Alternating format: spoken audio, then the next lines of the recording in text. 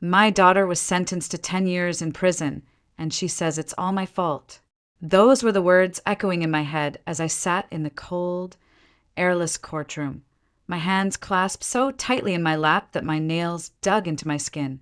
The overhead lights were merciless, casting a pale glare over the polished wooden benches and the faces that wouldn't meet mine. Somewhere to my left, the court clerk shuffled papers. To my right, a guard shifted his weight, his eyes trained on the young woman in the defendant's chair. Madison, my daughter. She didn't look at me when the verdict was read. She didn't even flinch when the gavel struck. She just stared ahead, jaw set, shoulders squared, as if she'd been expecting this all along. But when the bailiff moved to escort her out, she glanced over her shoulder, not to seek comfort, not to search for any sign of love, but to make sure I saw the accusation in her eyes. I did. It hit me harder than any sentence the judge could deliver. The judge's voice was a low, steady drone, but the words carried a finality that squeezed the air from my lungs. 10 years state penitentiary without the possibility of parole for the first 5. Gasps rustled through the gallery. A woman in the back began to cry softly. My throat burned, but no sound came out. Madison was already being led away, her wrists cuffed, her head high. And me? I was rooted to the bench, a spectator to my own failure. When the doors swung shut behind her, a silence heavier than the verdict itself settled over the room. I kept waiting to wake up, to realize this was a nightmare, but the chill in my fingers told me otherwise. It wasn't supposed to be this way. I was a good mother, or at least I thought I was.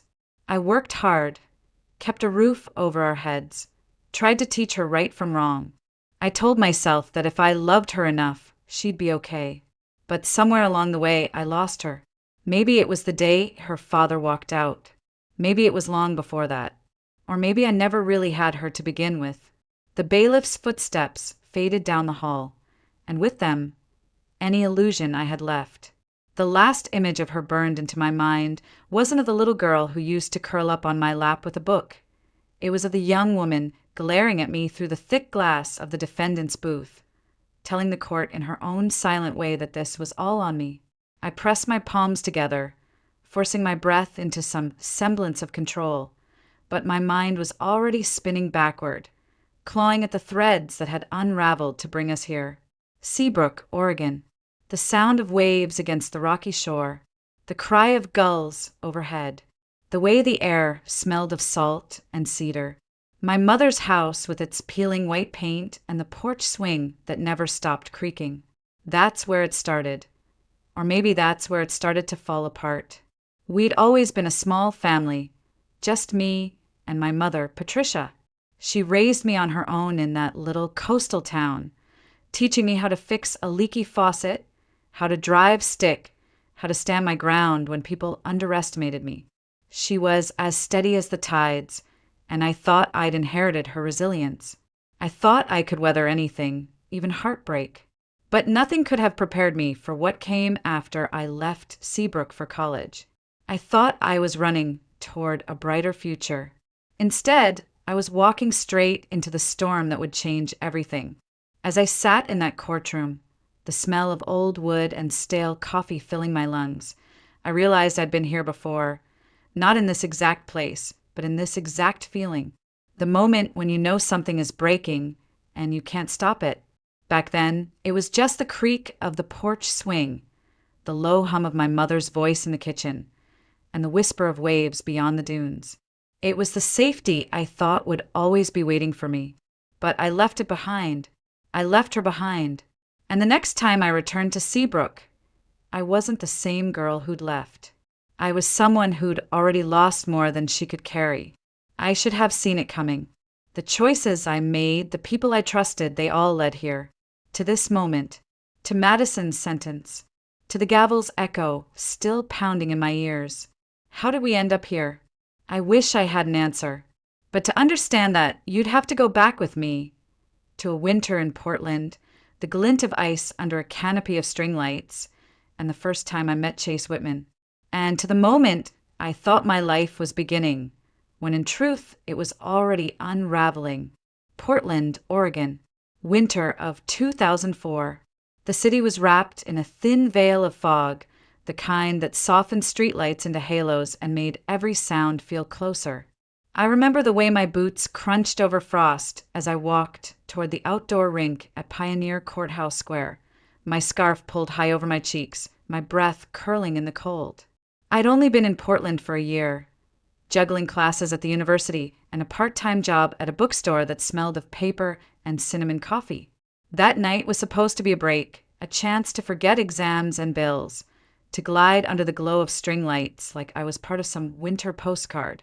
The rink was alive with the scrape of blades, bursts of laughter, and the faint hum of holiday music from hidden speakers.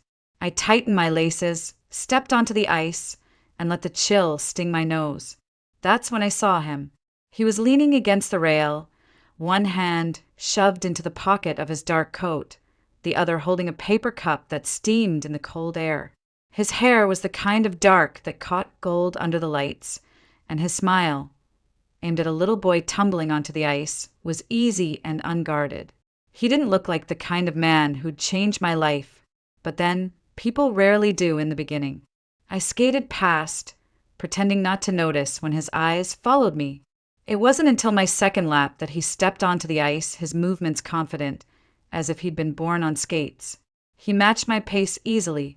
"You're fast," he said, his voice warm despite the chill. "I'm trying not to freeze," I shot back, not breaking stride. He laughed, a sound that lingered in the air. "I'm Chase Whitman." I hesitated just long enough for him to notice. "Ava," I said. We circled the rink together, talking about nothing and everything. Favorite books, worst professors, the way the city seemed quieter at night. He told me he was studying business, working part-time at his uncle's firm. I told him about the bookstore, how I was saving up for my own place. Somewhere between a clumsy turn and a near fall, his hand caught mine. It was warm, steady. He didn't let go, and I didn't pull away. When the rink closed, we walked to a cafe on the corner. The windows fogged with heat, the smell of espresso and baked bread wrapping around us like a blanket. We sat by the window, our jackets draped over the backs of our chairs, and talked until the barista announced last call. I remember thinking that I hadn't laughed like that in a long time. That maybe, just maybe, this was the kind of moment my mother always said was worth waiting for. Outside, the streets were slick with frost, the air sharp enough to make my eyes water. Chase walked me to my car, his breath puffing in the cold. At the door, he paused, his hand resting lightly on the roof. "Same time next week?" he asked. I smiled. Maybe. It felt like the start of something, and it was just not the kind I imagined. Over the next few months, he became a fixture in my life. He'd meet me after class, bring me coffee before work, call me late at night just to hear my voice. We spent weekends exploring the city, tiny art galleries, food carts hidden down side streets, rooftop views of the river. He made me feel like I was the center of a story I didn't know the ending to. Looking back, maybe that was the first warning sign. How easily I let him into my world, how quickly I began to orbit his.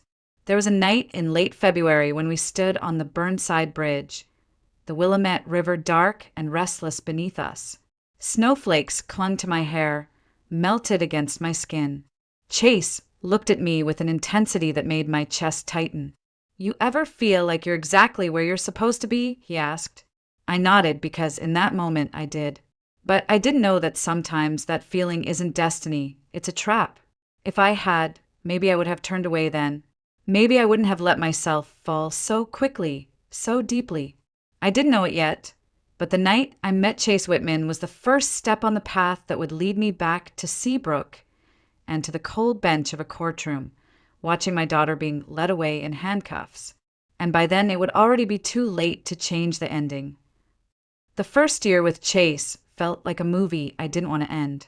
He had a way of making the everyday feel extraordinary, turning grocery shopping into an adventure, rainy afternoons into lazy, tangled hours under a blanket, late-night drives into something almost sacred. By spring, we were inseparable. His small apartment in the Pearl District became ours, though only my name was still on the lease for my studio across town. I kept it for a while, telling myself it was practical, but the truth was I barely went there anymore. He liked things his way. His coffee dark, his shirts pressed, his mornings quiet. I didn't mind bending at first. It felt like compromise, not sacrifice. I told myself this was what building a life together looked like. We talked about the future in the abstract. Traveling to Europe someday, getting a bigger place when the timing's right, maybe starting a family in a few years. Those were dreams we kept in the background, vague enough to stay pretty. But reality has a way of rushing the script. It was a Tuesday in late October when I realized my period was 2 weeks late. I remember standing in the tiny bathroom, the hum of the vent fan loud in my ears, the pregnancy test shaking in my hands. 2 pink lines stared back at me like a secret I hadn't decided whether to tell.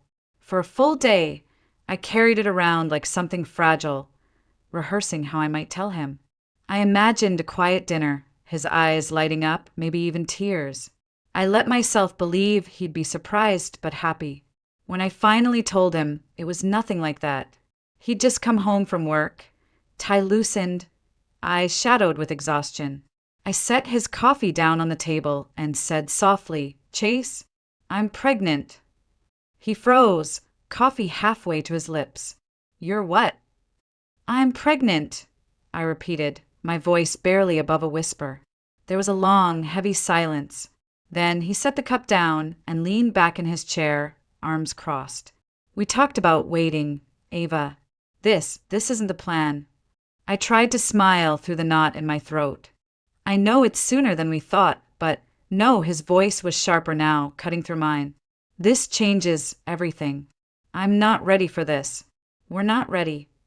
The words felt like ice water poured over my chest. Over the next few days, he grew distant, working late, avoiding eye contact. When we did talk, it was about logistics, not feelings, how small the apartment was, how expensive everything would be, how it would derail his career plans. One night, I came home to find a half-packed suitcase by the door. My heart stuttered. "What's this?" He didn't look up from the shirt he was folding. "You should go back to Seabrook for a while. Stay with your mom. Figure things out. Figure things out." My voice cracked. "You mean figure out how to do this without you?" He sighed, as if I were being unreasonable. "Ava, I can't do this right now. I'm sorry. Sorry." As if the word could erase the sharp edge of rejection, as if it could soften the sound of my heart breaking. By morning, it was decided, not by me, but by him. I packed my clothes in silence, every movement heavy, my mind trying to make sense of how we'd gone from warm nights on the couch to this cold distance. The rain was steady that day, soaking through my coat as I dragged my suitcase down the street. I didn't look back at the building, afraid that if I did, I might see him watching from the window, or worse, not watching at all. The bus ride to Seabrook was long and quiet, the gray landscape sliding past the window like a film I wasn't part of anymore. My hometown greeted me with the familiar scent of salt and cedar, the gulls calling above the harbor, the sea stretching endlessly beyond the docks. When my mother opened the door, I could barely speak. She took one look at me, at my pale face, my trembling hands, and pulled me into her arms. "It's all right," she murmured. "You're home now." I didn't know then that home would be both a refuge and a crucible, that the little girl I carried would inherit pieces of a man who'd walked away, and that sometimes those pieces would look back at me from her eyes. If I'd known, maybe I would have been afraid. Maybe I would have braced myself. But in that moment, all I knew was that I'd been left behind and that life, somehow, was still moving forward. Those first months back in Seabrook were a blur of exhaustion and quiet resilience. My mother's house, a weathered 2-story with blue shutters faded by years of salt air, became both my sanctuary and my prison. Patricia Whitman, my mother, had always been a woman of quiet strength. She'd raised me alone after my father drowned in a fishing accident when I was 6, and she'd never once let me see her break. She knew hardship like she knew the tides. Inevitable, sometimes cruel, but always something you learn to work with. When Madison was born on a crisp April morning, my mother was the first to hold her. She cradled the tiny bundle with the same sure hands that had mended fishing nets, painted porch railings, and pulled me close during storms. "She's perfect," she whispered, and for a moment I believed her. Life settled into a rhythm. I took the day shifts at a small diner on Main Street, serving coffee to fishermen and retirees, while my mother stayed home with Madison.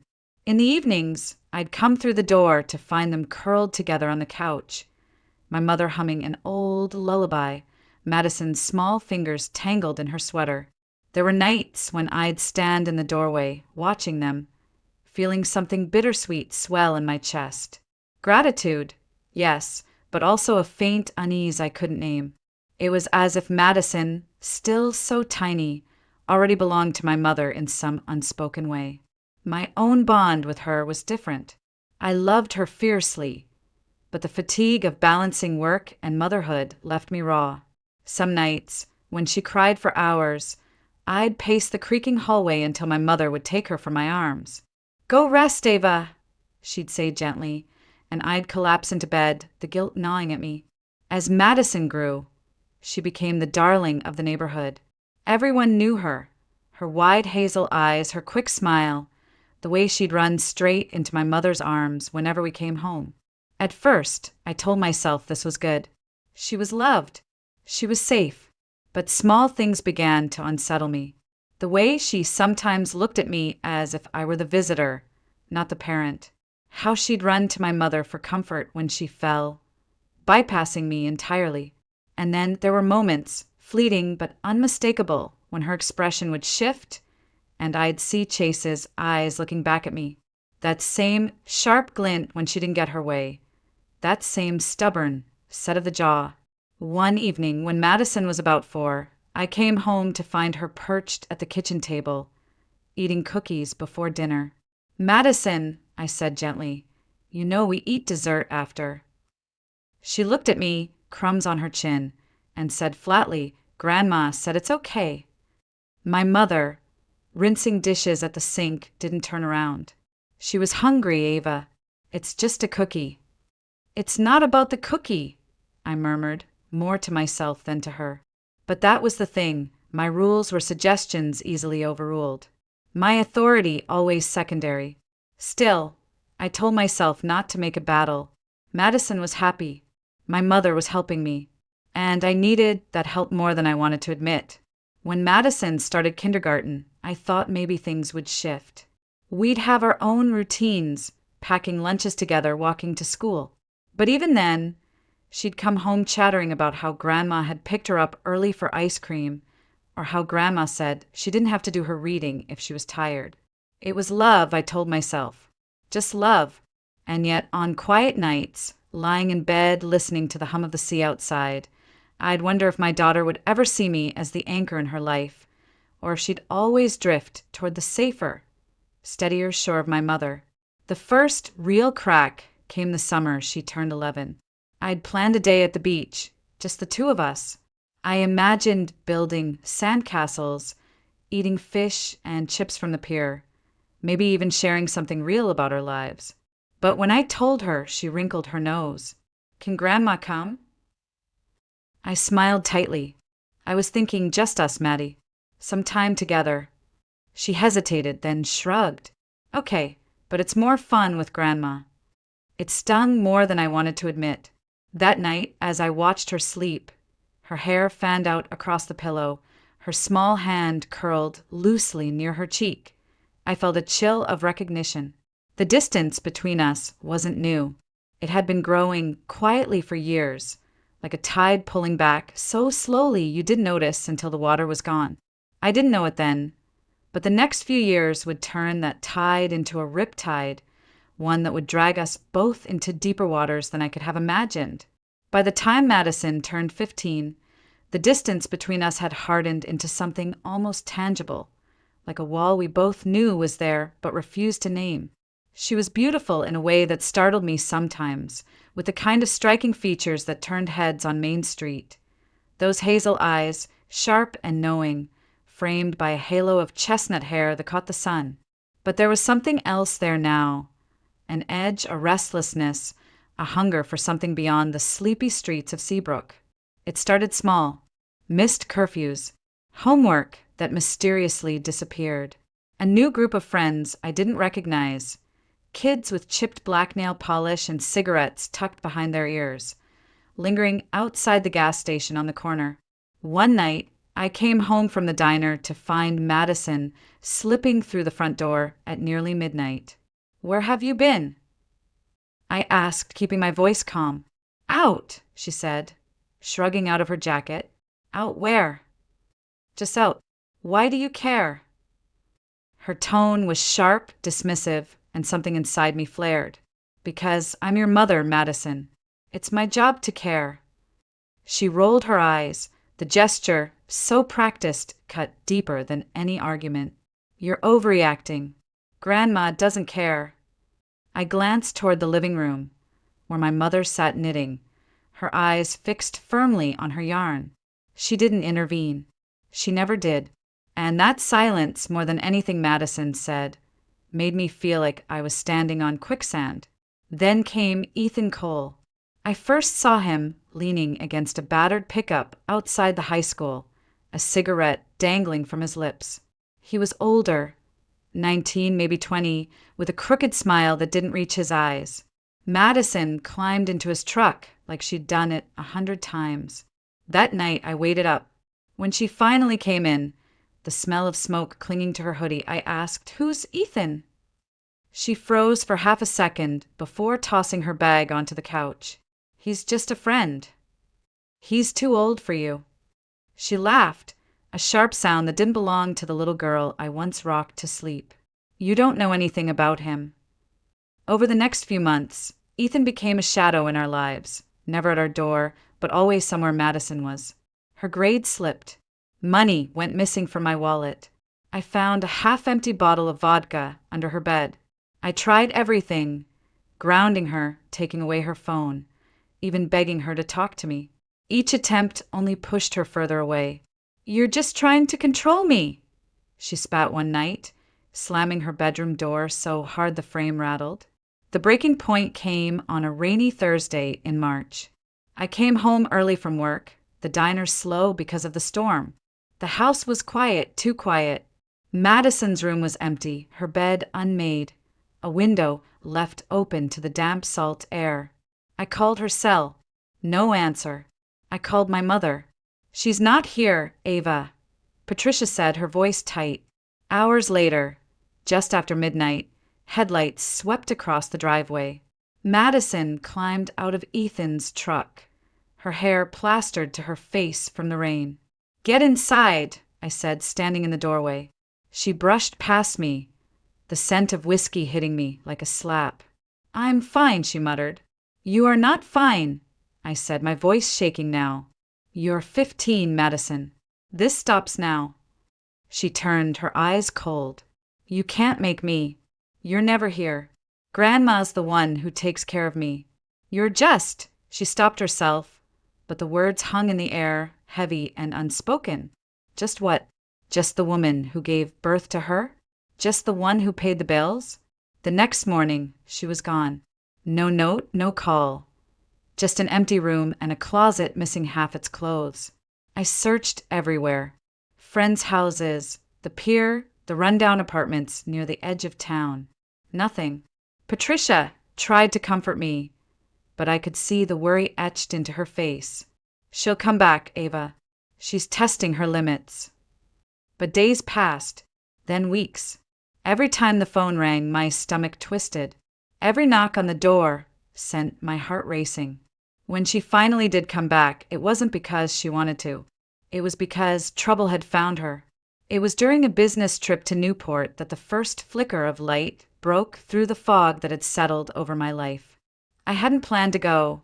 My manager at the diner had all but shoved me toward the conference, insisting I deserved the chance to train with the regional staff. I went because saying no felt like standing still, and standing still was something I could no longer afford to do. The hotel sat across from the marina, its windows catching the reflection of sailboats, rocking gently in the harbor. I checked in, dumped my bag on the bed, and stood there for a moment, listening to the low hum of rain against the glass. Seabrook wasn't far, less than an hour's drive, but it felt like another world entirely. I met Thomas Walker on the second day. He was standing at the coffee station in the conference hall, wearing a navy sweater and the kind of easy smile that made strangers feel like old friends. His hair was silver at the temples, his eyes the clear blue of winter skies. "You look like you could use something stronger than conference coffee," he said, handing me a paper cup. I laughed, a real laugh, the kind I hadn't heard from myself in months. I'm not sure that exists. We ended up sitting together during the next session, then over lunch. He told me he ran a small bookstore back in Newport, inherited from his father. I told him about the diner, about Seabrook, about Madison, though I kept the roughest parts tucked away, at least at first. By the third day, I found myself looking for him in the crowd. There was something about Thomas, steady, grounded, that made me feel less like I was balancing on the edge of something I couldn't see. After the conference, he walked me to my car. "If you're ever in Newport again," he said, "stop by the shop. I'll make sure the coffee's better." I did stop by. The following week, I drove up on my day off. The shop was a narrow, sunlit space that smelled of paper and cedar. Thomas was behind the counter, rearranging a stack of hardcovers. "Ava Whitman," he said, smiling like he'd been waiting for me all day. We began meeting once a week. Sometimes we walked along the marina, sometimes we sat in the shop after closing, talking over cups of tea. I told him more about Madison, the girl she used to be, the fights, the nights I lay awake wondering if she was alive. He listened without judgment, without offering solutions I hadn't asked for. One rainy afternoon in late October, Thomas said, "Would you let me try something?" "What do you mean?" "I'd like to meet her, Madison. No pressure, no lectures, just maybe she'd talk to me." I hesitated. "She barely talks to me." "Maybe that's the point," he said gently. "Sometimes it's easier with someone who isn't tangled in the mess." It took 2 weeks to convince her. She didn't agree out of interest, just boredom, I think. I told her we'd meet at a small cafe halfway between Seabrook and Newport. The day of the meeting, I got there early. My hands wouldn't stop fidgeting around my mug, steam curling into the cool air. Madison arrived 10 minutes late, her hood pulled up, her expression unreadable.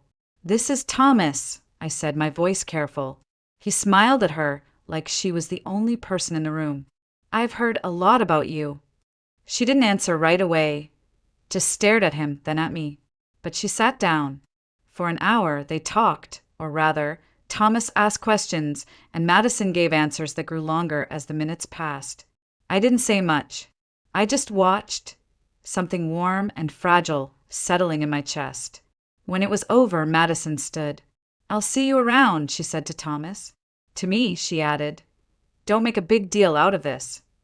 But it was a big deal. It was the first time in months I'd seen her sit still, speak without the sharpness that had become second nature. Driving home, I let myself believe, just for a moment, that maybe we could find our way back to each other.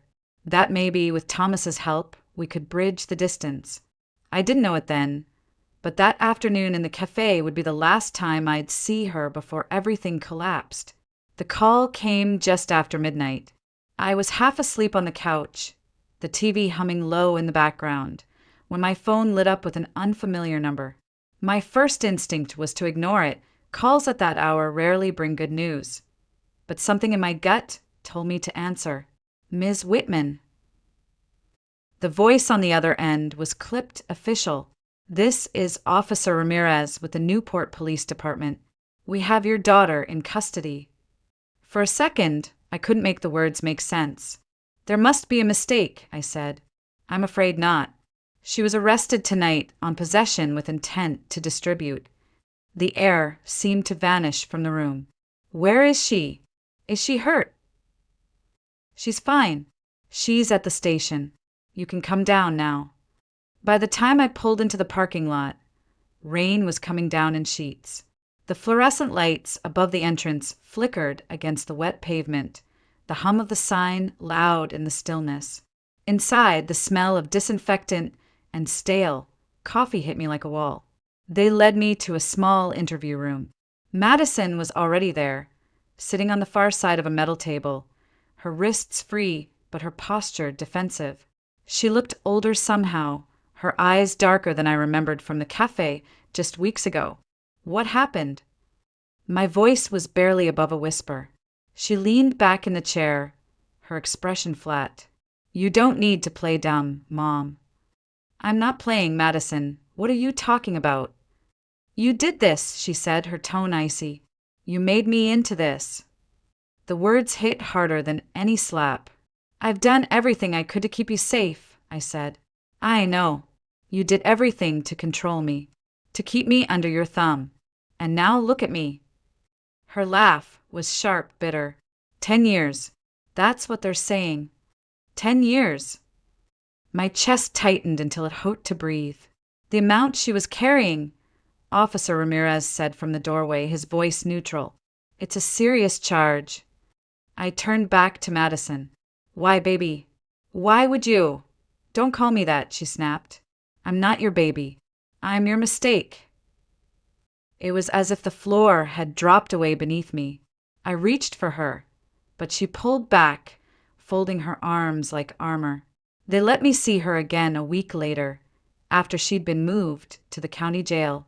I brought clothes, books, anything I thought might make the sterile walls a little less crushing. She accepted them without looking at me. Thomas asked about you, I said, desperate to find some thread to hold onto. Her jaw tightened. I don't care. He cares about you. He believes you can still stop.